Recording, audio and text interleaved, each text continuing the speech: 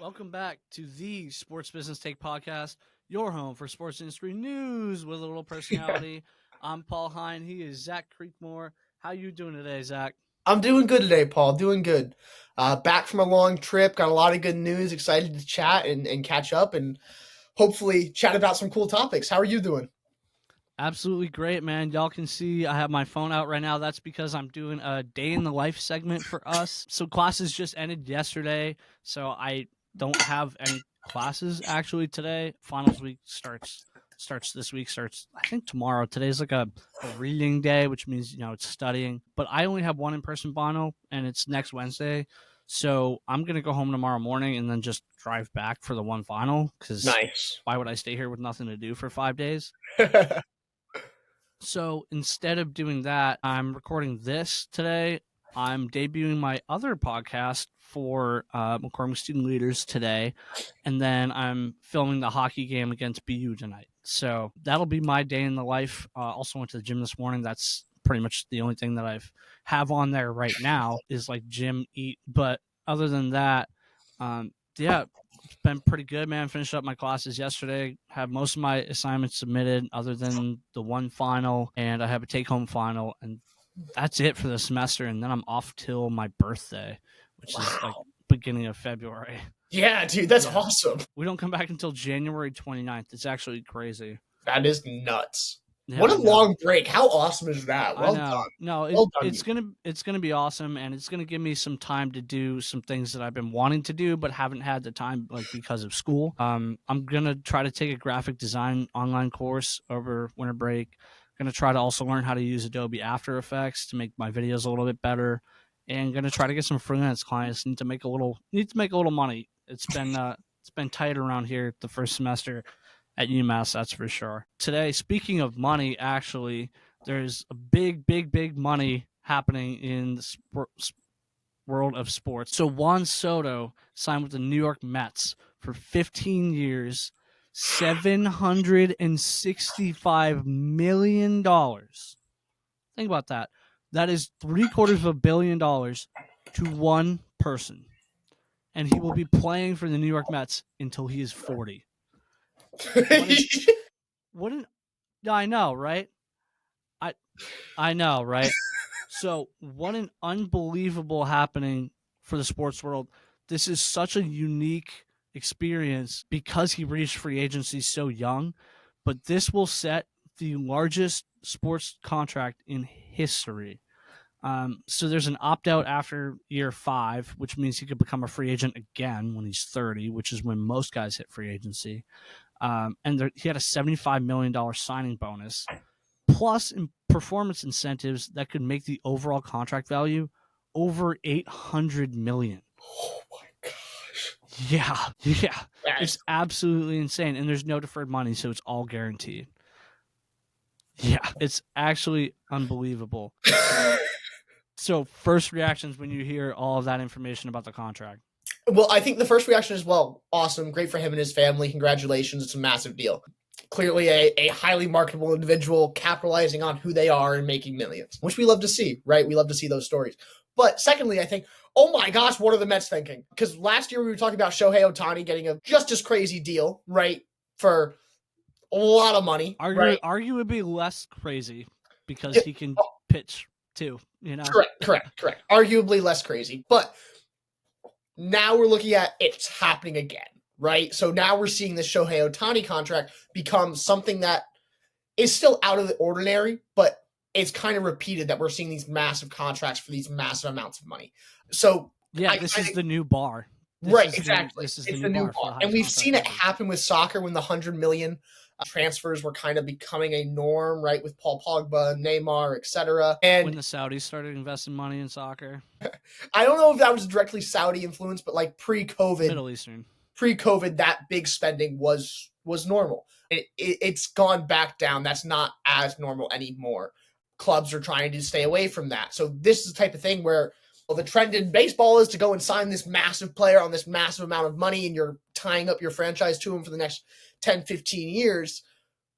The problem for me in that is, one, long-term planning, two, the amount of financial influence you are putting to this with a sport that has seen mixed reviews in terms of audience in the last couple of years. And that concerns me for the strength of the Mets as a franchise, right? Yeah, What happens when absolutely. Juan Soto has a massive injury and is done in Yeah, I 5 mean, years? I think you can't really base your contract decisions on what ifs, though. You know what Correct. I mean? That's true. That's I true. think this is a move that secures the financial future of the franchise, both in jersey sales and the fact that they're gonna be put on more primetime games now. They're gonna be put in spots that they weren't necessarily in before, and their owner Steve Cohen has enough money that he doesn't care about signing Juan Soto for $750 million.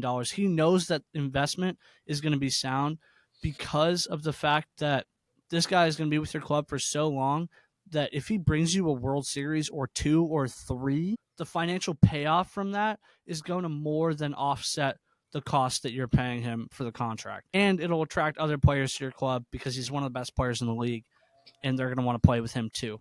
So you're building steps. This is Mm. like he promised the Mets fans 4 years ago when he took over that he was going to reinvent the club and bring them to greatness. And this is the first step in that he is willing to spend an exorbitant amount of money that no one has ever spent before on a guy that's arguably not the best player in the sport, right? Since we just mentioned how Shohei Ohtani can do basically what he does and still throw a ball 100 miles an hour. But I think the reason that this contract got to this level is specifically Juan Soto's age.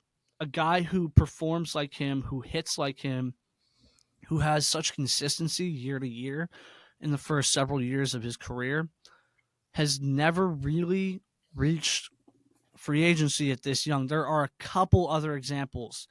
I could think of maybe two other examples in the 21st century. That's Alex Rodriguez and Bryce Harper, and Mm. that's the list, plus Juan Soto. So you never see guys like this reach free agency this young, and that's why he's such a unicorn.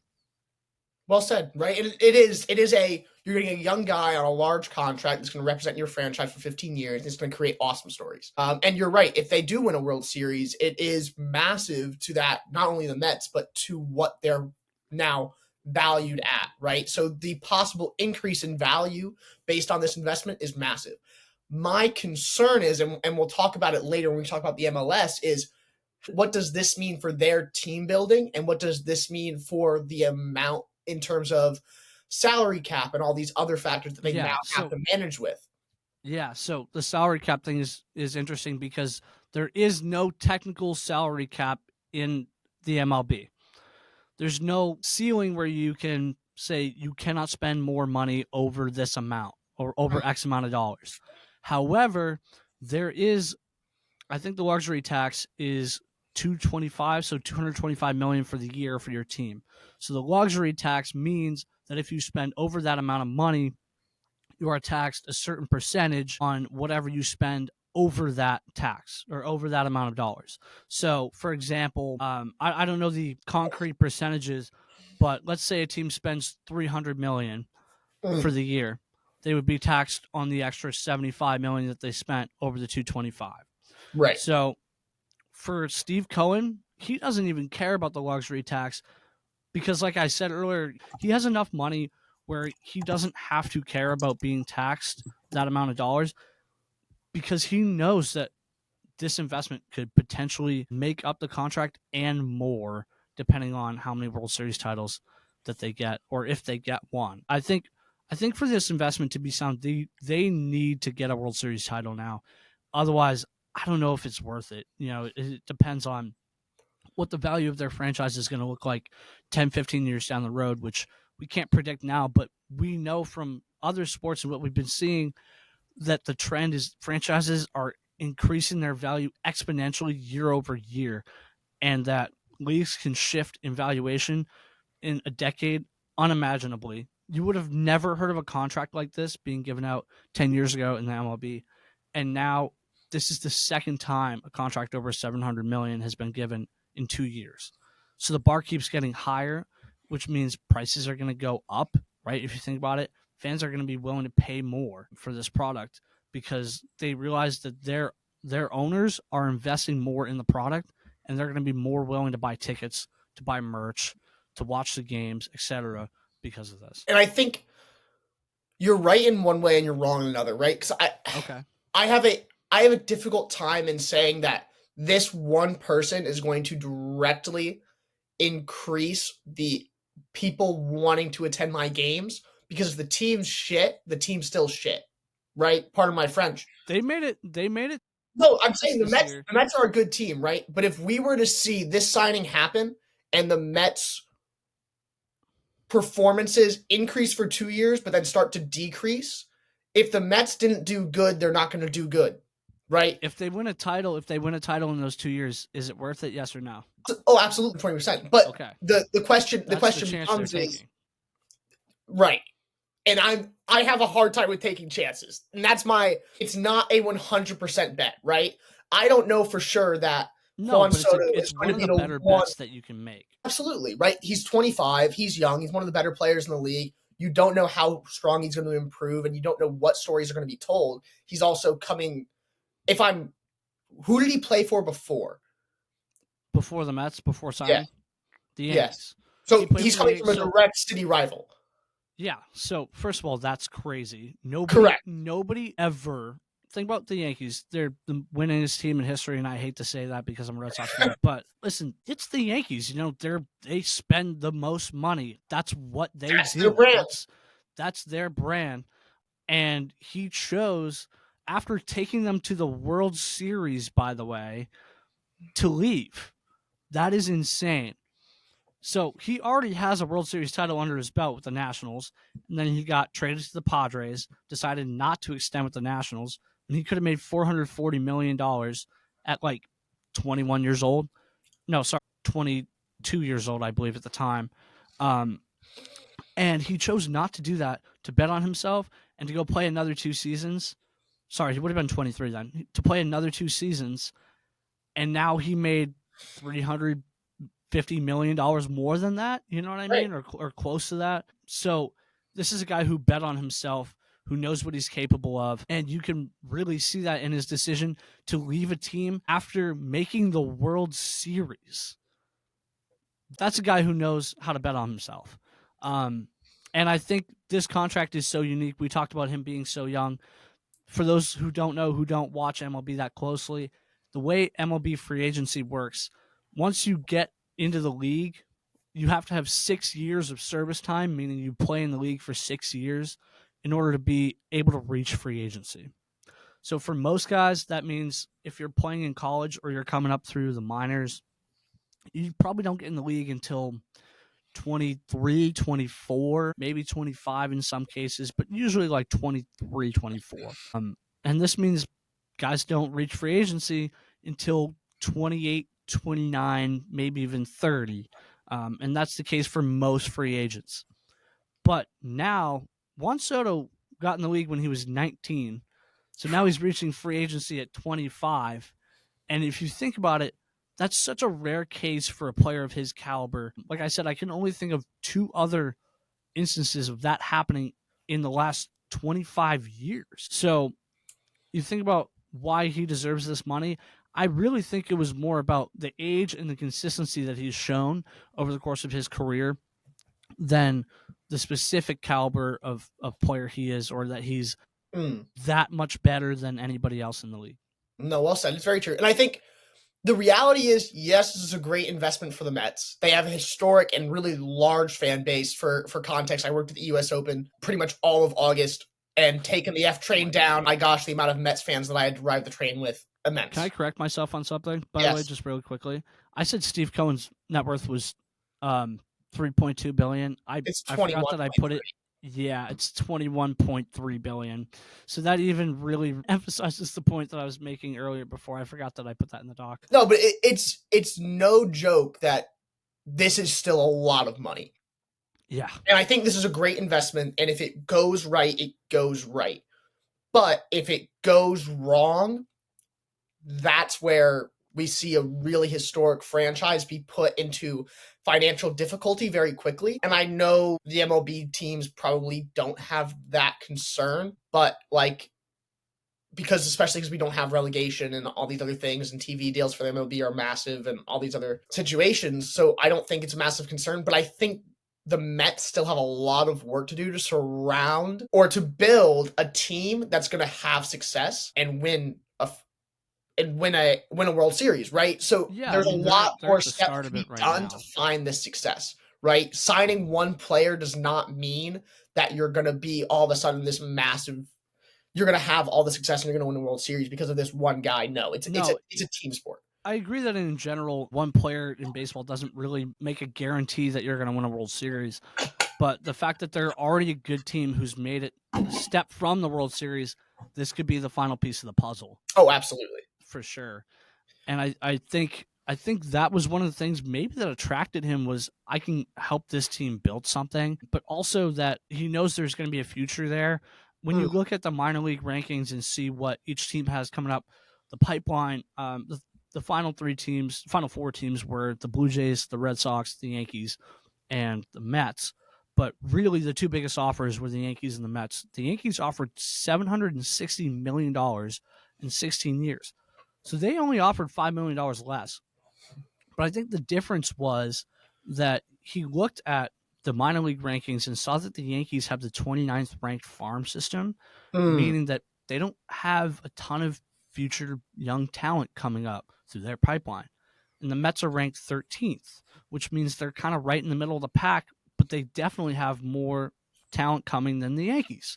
So I think he looked at that and said, where's my future going to thrive in 5 years, in 8 years, in 10 years? And I think he decided that one New York team over the other had that advantage. No, absolutely. And well said, right? Juan Soto here is looking at what is his future and what is the story that people will tell about him for the next 25, 30, Yeah. 60 years, right? I And I think think that brings up an that story interesting is better. question. I'm sorry to interrupt, but I think No, that you're okay. brings up an interesting question that I want to ask you. How do you think this impacts how clubs look at where their farm system ranks? Because if that's a factor in deciding that one of the biggest free agents on the market in that particular year is gonna sign there, do you think clubs prioritize that more with this example and that being one of the deciding factors with the two top bids being so close? No, good question. Well, really, what I think is it goes down to a club's philosophy, right? Because we're talking about the Yankees, right? In terms of they offered the direct comparative, most competitive contract with the Mets, and the Yankees' value system is not to invest in their youth or invest in who they're bringing up. They spend the most money, they sign the best players. That is True. the Yankees' philosophy, That's the right? brand. That's the brand. But that is that brand sustainable? Does that brand make sense? Or is that what the Yankees should be doing, right? And in long term, sure, it works for them, it works for their franchise. That's not what a franchise should be doing. They should be investing in youth. They should be trying to bring people up where they can build something that's long term and sustainable, right? If you Yeah. have a sustainable farm league system, right? Or if you have a sustainable youth league system and you're bringing players from your youth or younger age group or farm league, right? You're bringing them up into your professional team. You have direct rights to that player. That player is invested in your brand. You're invested in them, and it grows, right? Those are stories that we want to see told. I mean, that's what I find interesting about sports and brands Yeah. specifically, right? We want to Yeah, see no, these absolutely. hometown heroes. Yeah, for But sure. We see it in other sports too. We see examples of why academy leagues for in soccer, for example, are so important, and having that youth talent pipeline is so vital to a franchise's success. And I think while the MLB minor league systems are set up differently so that most guys don't make it out, I think having a good talent pipeline is so important because it allows your club flexibility. You can trade for already established big league veterans with those prospects, or you can develop homegrown talent and see how they do in the major leagues and not have to pay as much money for them for the first couple of years of having them because of the 6 year service time, and create successful teams based on a balance of both free agent spending and talent development pipeline and prospects that you have coming up through your system. And I think absolutely. the most successful teams in the 21st century, we've seen that. The Dodgers right now, huge example of that, right? Yes, they go out and spend crap ton of money, right? Shohei Ohtani, Blake Snell, Tyler Glasnow, Yoshinobu Yamamoto, big free agents, all of them signed with the Dodgers. However, they also still have one of the better farm systems in the MLB because they keep constantly drafting and developing good talent, and they've invested so much in things like their pitching lab where they can take pitchers from other teams that weren't necessarily that good and show them something about their mechanics or add a new pitch or put a little more spin on the ball and turn them into a completely new player. Mm. So I think having those talent development pipelines is crucial to the success of a franchise, and you can see it translate into success on the field, but also into success in the business as well. Because I mean, those two things correlate. When you have more success on the field, you're gonna have more success in the business because people are gonna want to be invested in your product. Yes. No, I think So, go for it. sorry, Sorry. I was going to say, jumping off of that thought, one of the last questions I would have for you about this was, does the value of contracts continue increasing as athletes continue to set the bar higher? I want to first say that you're absolutely right. The farm system, these lower leagues, right, are massive, and the Mets should really be investing in that. They've now gone and signed, right, this massive player, and his story is going to be told, but they have to surround him with the right talent, and they have to do it relatively in a wise way. No matter how rich their owner is, you never know what direction the world is going to go. You could have another massive pandemic and something could horribly go wrong. Not to give what if scenarios, right? But you have to be prepared for those worst case scenarios. You have to be prepared for all of a sudden he has a massive injury and he's out, and you're like, okay, now what do we do? Right? You can't be relying on this one guy. So you have to surround him with talent, and you have to build up your team to have young talent. Mm-hmm. Because, right, you're looking at some guy that has a 15-year career and stay with you. You can't just go and sign elderly players that are going to be coming in. You have to surround with young talent and build young, right? Because if I'm the Mets GM right now, I'm believing in, okay, I'm building a dynasty. How do I do that? Right? Yeah, How do I build around Juan Soto and around the other pieces that we have that we can go and we can win 5 World Series in the next 12 years, right? That would be the goal that I'm looking at. And I think the farm leagues, the lower leagues, and I forget the term that you use because baseball is not my strong suit, but the minor leagues, thank you.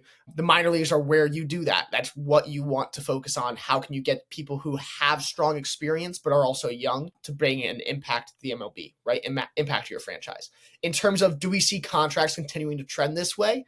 I think right now the only answer is yes, right? With the MLB and what they're doing. Do I think it's smart for them to continue to trend this way? Absolutely not. We saw it with soccer. We've seen it with other leagues, right? Specifically with soccer, where yes, contracts are continuing to get more value, partially because inflation has a massive impact on everything, and economically the value of the dollar is probably decreasing. Not to go like economics and politics, but macroeconomics. It's funny, we were literally just talking about that in class yesterday. But in reality, right, if the value of the dollar is decreasing, you're going to have larger contracts, but then that larger contract directly impacts the value of the dollar. So it's interesting in terms of that. But I really think that, yes, the world, we have more people in the world, right? The value of the franchise grows, right? And the contracts will continue to grow. The value of the league grows. The contract continues to grow. IL, bigger than ever, right? You're looking at all these different factors that directly impact contracts, media rights, etc. And I think that'll continue to grow. But do I think it's sustainable for the MLB? Do I think every team can have a player that's on 500 million plus? Absolutely not. Right? Yeah, no. That's not sustainable for a league. Not everyone can spend that type of money. So it'll be really interesting to see if this trend kind of starts to continue and we're seeing one a year. But I think at a certain point, if something in the world that's really bad is to happen, we're going to be concerned for the financial stability of the MLB. And I really hope that isn't the story, but that's the reality. Ask this question based off of that then.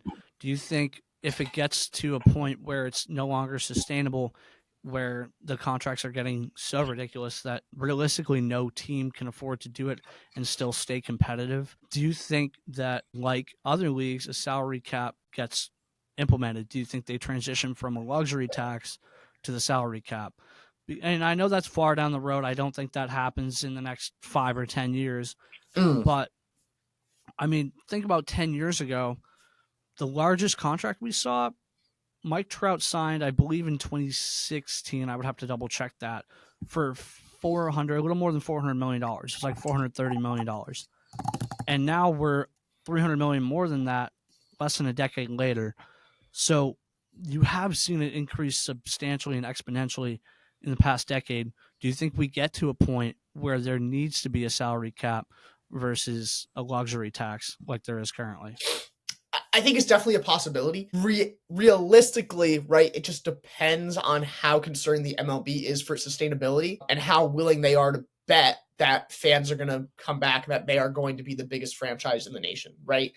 Mm-hmm. It's how much are the MLB willing to bet on their ability to win over international audiences and their ability to grow, Yeah. So that's a right? big part of this too. Is in both of these cases, these two largest contracts that we've seen over the last couple of years, they are international players as well. Juan Soto's from the Dominican Republic, Shohei Ohtani from Japan. So you're bringing in more than just an American audience. You're bringing in an entire another country or an entire another region that is going to be fans, is going to buy your products, is going to buy tickets to the games, is going to buy your merch, is going to watch your games. So I think in that way, you're expanding your audience, and that is part of what makes the investment such a smart investment. And I do think, as far as the luxury tax and salary cap goes, I think it really depends on where the growth of the league goes. We've seen how MLB has kind of started to recover a little bit with some of the new rule changes, that people are starting to watch again because games are a little faster than they used to be by about a half hour on average over the last year than the previous year, than 2023. So I think if that trend continues, where you start to see more fans come back to the game and become interested again, I think you do see the luxury tax continue to be implemented.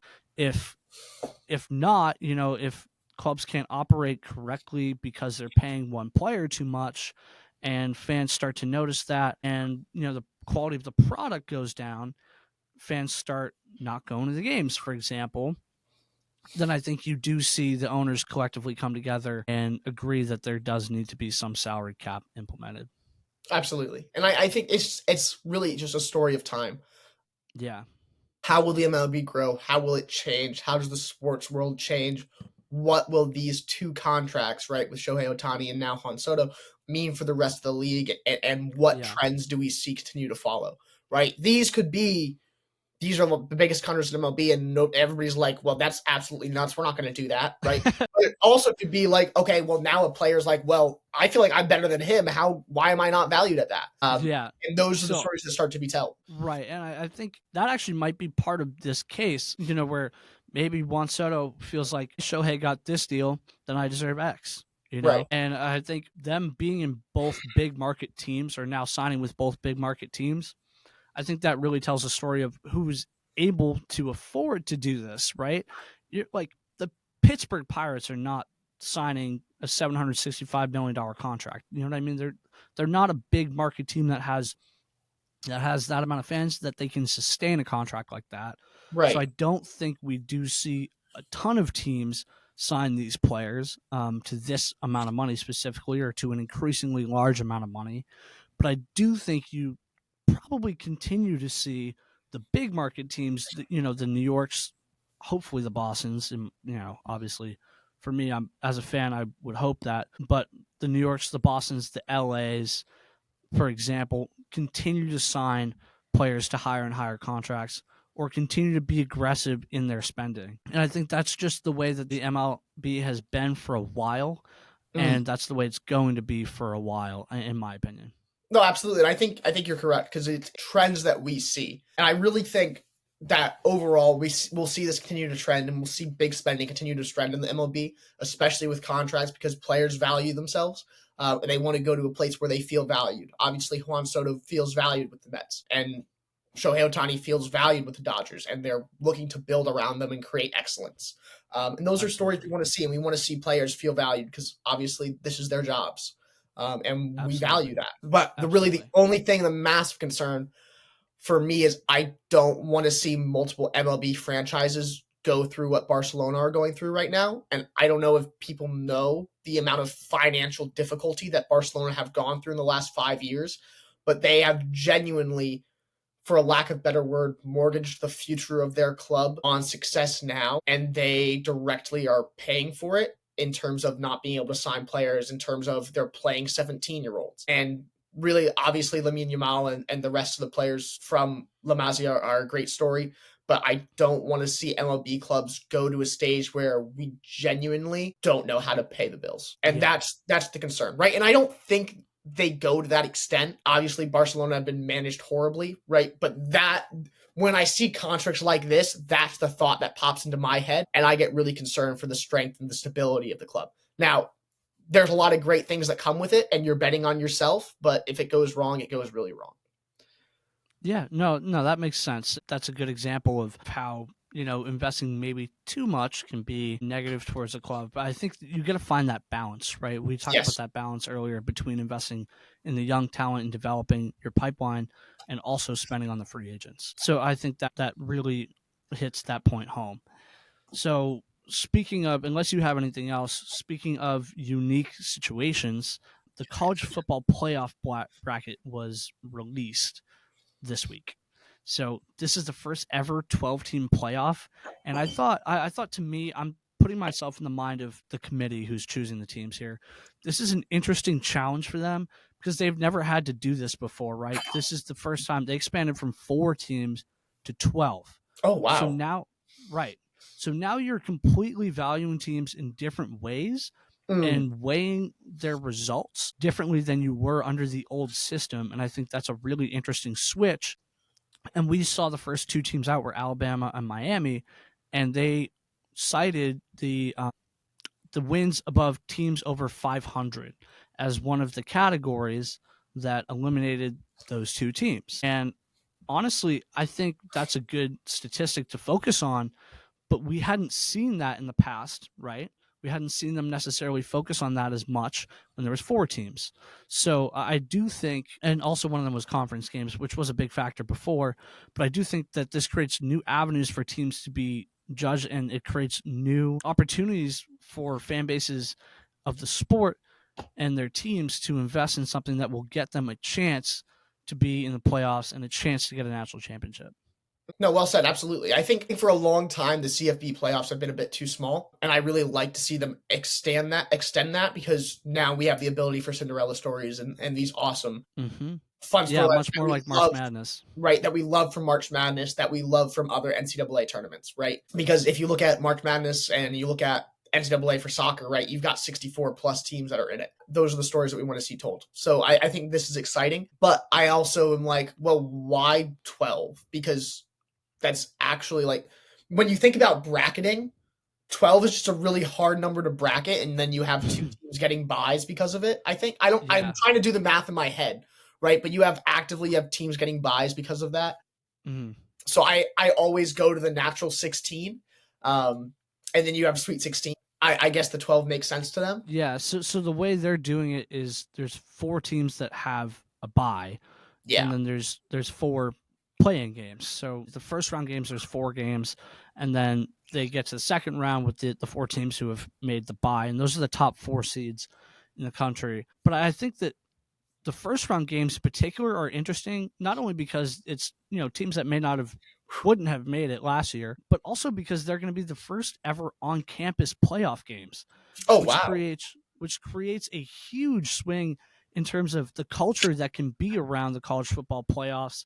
And we've talked about how college sports, the culture is so unique and so rich in history that people really get invested in their schools. I think Mm. that's going to be super cool to see laid out in these first round on campus playoff games, because students are going to show out for those games. That people are going to be really interested to see how that plays out and what that environment feels like on campus.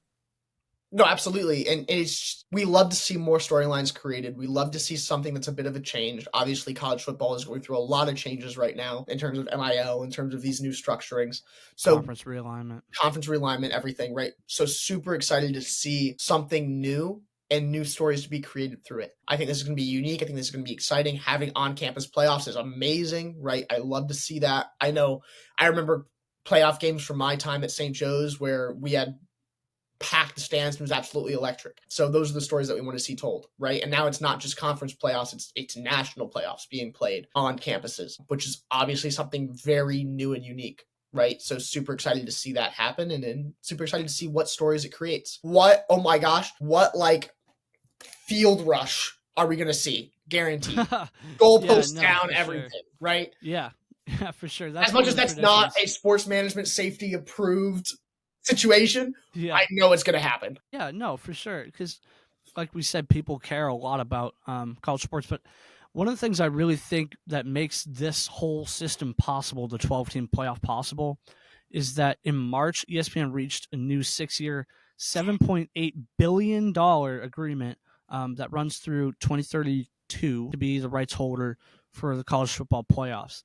So the NCAA took that money and said, hey, we can invest maybe into growing the sport even more than we already have. It's already our number one source of revenue generation, but how can we grow it more? Oh, we can get more fan bases involved, right? Mm, And I think that's a really good use of that money that they got from that contract, is to get more fan bases involved, because we can see the revenue for the CFP increase significantly just because more fan bases are invested in it, and it gives them more incentive to care. And I really do think that that's going to be a big factor in what we see coming out of the revenue numbers of the college football playoffs this year.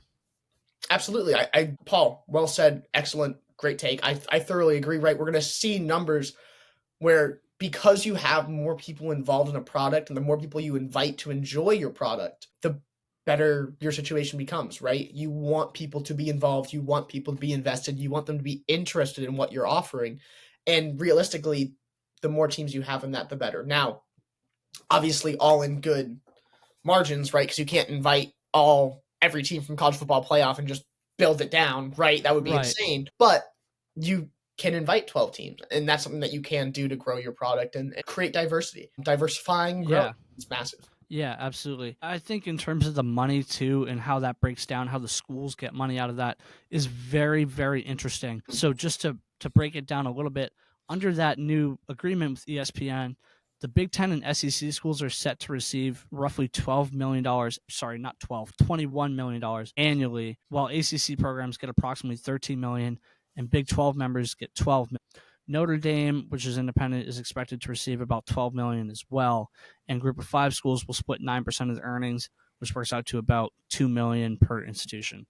Mm. So I think there's a big incentive for schools to want to be in the Big Ten and in the SEC, because they're getting almost $10 million more than anyone else for making the playoffs. And if you can be competitive in that conference, in those two conferences, then you really are putting yourself in a good position to succeed financially as well as on the field. But it explains a lot about the conference realignment that we just mentioned, that we've been seeing recently. Schools leaving, for example, the Pac 12 to go to conferences like the SEC, the Big 10, and the Big 12, because there's more money there for those universities.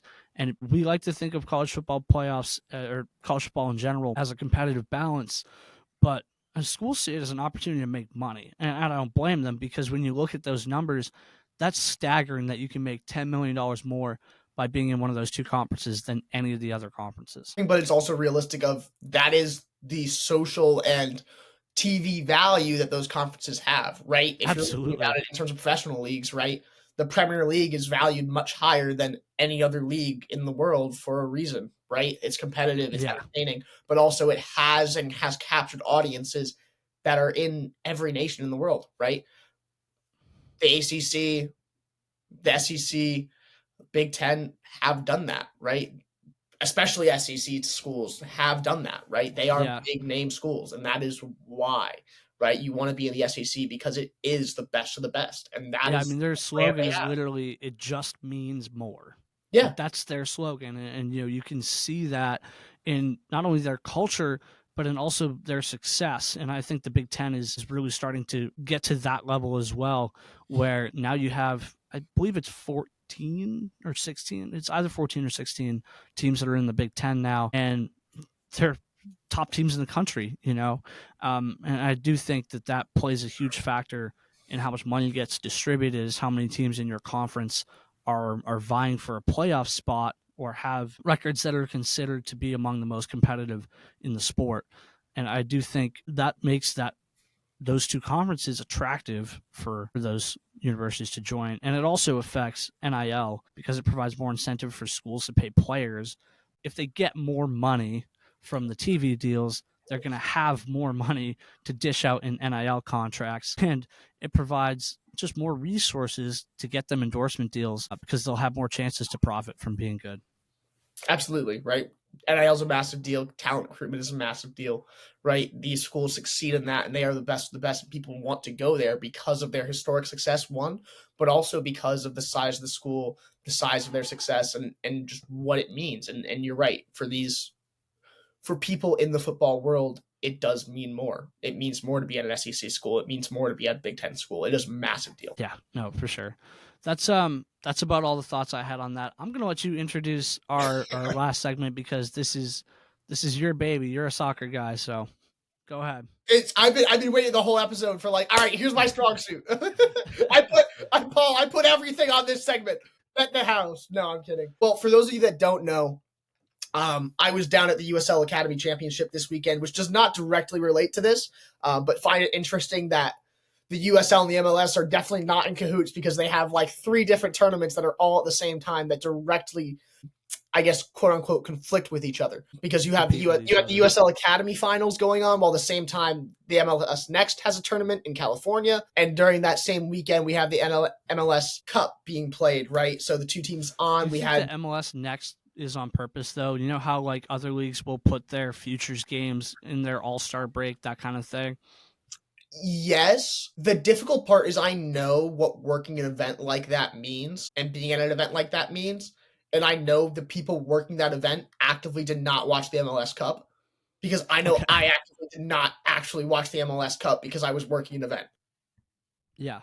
So I think it makes sense, but also, right, sure, maybe it helps you with media, maybe you can promote that, but at the same time, I think it hurts you more than it helps you because you're not able to focus on this youth event that you have going on and people aren't actively wanting to go watch it. But no matter what, MLS Next does a great job with everything that they're doing, and we kind of will get towards that story in a little bit. But for context, MLS Cup, New York Red Bulls, LA Galaxy. I believe it was played in New York. I believe it was played at NYCFC's new stadium, but I'm not 100% confident on that. But that would, if it was, that's kind of crazy because a lot of the storylines that I saw were NYCFC fans celebrating that New York Red Bulls lost, which is kind of hilarious. In the best way, we love to see rivalries, just like Boston celebrates when the Yankees lose. But for context, LA Galaxy won 2-1, which is their third, making their third in a row, but I think it's their 6th ever championship, which is massive, right? We want to see that success. We want to see this history built. For the Red Bulls, oh, absolutely, definitely a dynasty. And we'll kind of get onto that and what that means for them. For the Red Bulls, it was their first Champions appearance since 2008. Red Bulls were the lowest playoff seed ever to reach the finals, right? They came in, I think they were the 6th seed, and they beat Columbus, then they beat NYCFC to make the finals. It was a massive deal. Another really fun story, Marco Reus winning the first trophy in his career. And if you don't follow Marco Reus or don't know really who he is, a player that has been probably one of the most committed men to the sport, but also plagued by injury and left out of the Germany 2014 World Cup winning squad, and then just kind of misses out on trophies, made the Champions League final last year and lost. So just really heartbreaking, but great to see a heartwarming storyline, right, for him to win his first trophy ever. But going kind of more in detail, right, this marks a resurgence for the Galaxy who have been in what The Athletic described as a slump, right? They had been in a slump, right? Often trying to create 3 championships, you mean? I don't know if they won 3 back-to-back. Really? Okay, so I heard that on the broadcast. I could have been wrong. I thought I heard that on the broadcast. There was a lot of things going on at the time that I was watching it. Let's fact check. Okay, yeah. I think it might be the 3rd they've won. Okay. If that's the case, then that was my bad and I misheard that. No, but I think you're right because they have 6 league championships. But I'm trying to see how many MLS Cups they've won. I'll just tell you right now who won the 2023. It was not the LA Galaxy. Definitely not back-to-back. No, my bad. So for the viewers, right? Apologies for the confusion. It's okay. Nope, sorry about that. That's my fault. The MLS Cups, LA Galaxy won in 2002, 2005, which were both with when David Beckham was there. 2011, 2012, 2014, and 2024. And I don't think David Beckham was there in 02 or 05. I'm not sure when he was there, but You get my point. They have won 6, right? But this is realistically, right? They hadn't been a contending team since 2014, right? Which is a pretty big deal, and that's actually quite a long time ago. Which is crazy to say because I was. That's my bet on the 3 back-to-back thing. No, it's okay. It's okay because it's confusing. I think they did win a trophy last year, but it's also confusing because there's another LA team, LAFC, right? So LAFC lost in the championship last year, right? So there's a direct like they're talking about LA cities on the broadcast. Yeah, that was my bad. No, you're good. So this is a realistic resurgence after a 10-year slump. They were constantly trying to bring in effectively the best players you possibly could, right? Which means you're spending the most money on them. So here's my massive concern, tying it back to our Mets conversation, our Dodgers conversation of you're spending all this money on one athlete. Well, it could fail, just like the LA Galaxy have. LA Galaxy brought in Zlatan, and they didn't obviously. Zlatan brought in tons of media money, and he was exciting personality and entertaining, but he didn't just go and win the league. The team was still relatively bad, right? Yeah. So they were often trying to recreate the success of a dynasty formed on the backs of stars like David Beckham and Landon Donovan. LA Galaxy general manager Will Kuntz, who actually came from the MLB working with the Yankees and now came to the MLS nearly 10 years ago, he shared this regarding his vision to remake the Galaxy, right? It was just trying to say, hey guys, let's just win. Kuntz said over the phone from his hotel room Saturday night, his voice a touch raspy from the celebration. Let's trust our fans that they don't need to know who anybody is when they show up. If we have guys who are sexy, dynamic, competitive, and win games, everything else will take care of itself. Let's free ourselves of that burdensome yoke of trying to repeat what is not repeatable. Let's just go out and find some good young ballers and trust that if we get the right guys, the city will love them and our fans will love them. So that's what we talked about earlier when we're mentioning the performance on the field translating to the performance in the business. I think he really captured trust that approach and trust that if we invest in the product, the investment will come back to us. Absolutely, right? Kuntz continued. When Kuntz thought back to his first days in charge, the reset button started with a simple idea. The Galaxy had latched on to too much the celebrity aspect of their winning history and not enough on that other part, right? Which was actually the winning. So really trying to think back, Paul, tying this back to other professional leagues, can you think of other teams who seem to constantly invest in big names yet are in title droughts? Could these teams benefit from a reassessment of strategy and a change in mentality? You know the first one I'm going to say, right? Go for it. It's the Yankees. It's got to be the Yankees. I mean, they've had one title in the last 20 years, but they've spent money. They gave, I think it was like $345 million to Giancarlo Stanton. They gave Garrett Cole the biggest contract ever for a pitcher. They just yesterday signed Max Fried to $218 million, 7 years, or the largest contract for a left-handed pitcher ever. So this is a team who constantly invests in the product, but still falls short. Even though they got to the World Series this year, and getting to the World Series in itself is an accomplishment, with their history, their fans expect the titles, and that's just what comes along, like we said, with their brand earlier. And I think you're looking at the LA Galaxy as another big market team that has those kind of expectations, right? Your fans in these big markets are always going to have that expectation of championship or bust. And anything less than that can be a disappointment at times. And even if you invest big, like the Yankees have, we see that it doesn't always correlate to success, but it gives you a good chance to. The Yankees have been in the playoffs several times since 2009 when they won the championship, but they've never gotten over that hump. They're always there, though. The opportunity is always there. And like strategy-wise, like we were talking about earlier, if you do invest in the product, you're always giving yourself the chance.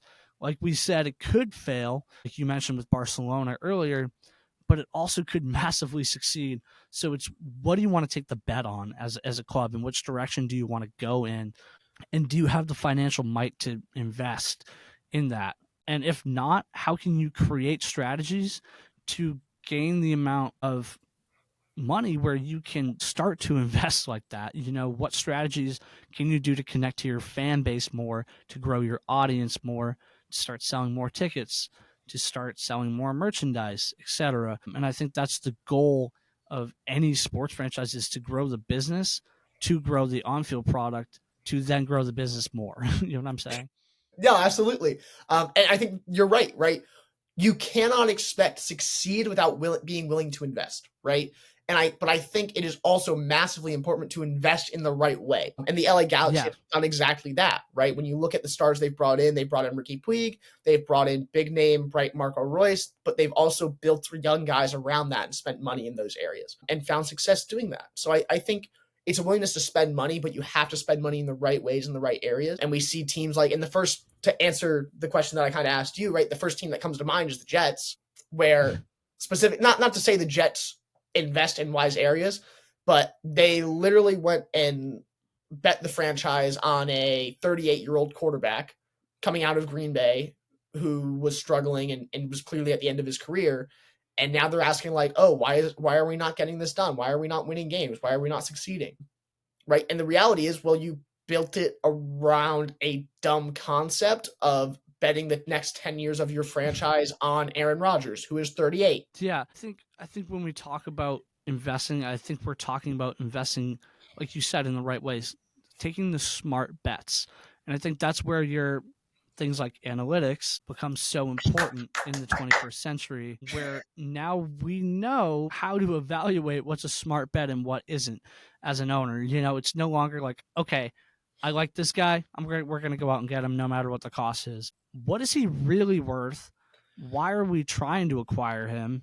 And what are the stats that really matter to us that he performs with that will translate into dollar signs for us off the field? And how can we project how much money that signing this player is going to translate into the next 5 or 10 years?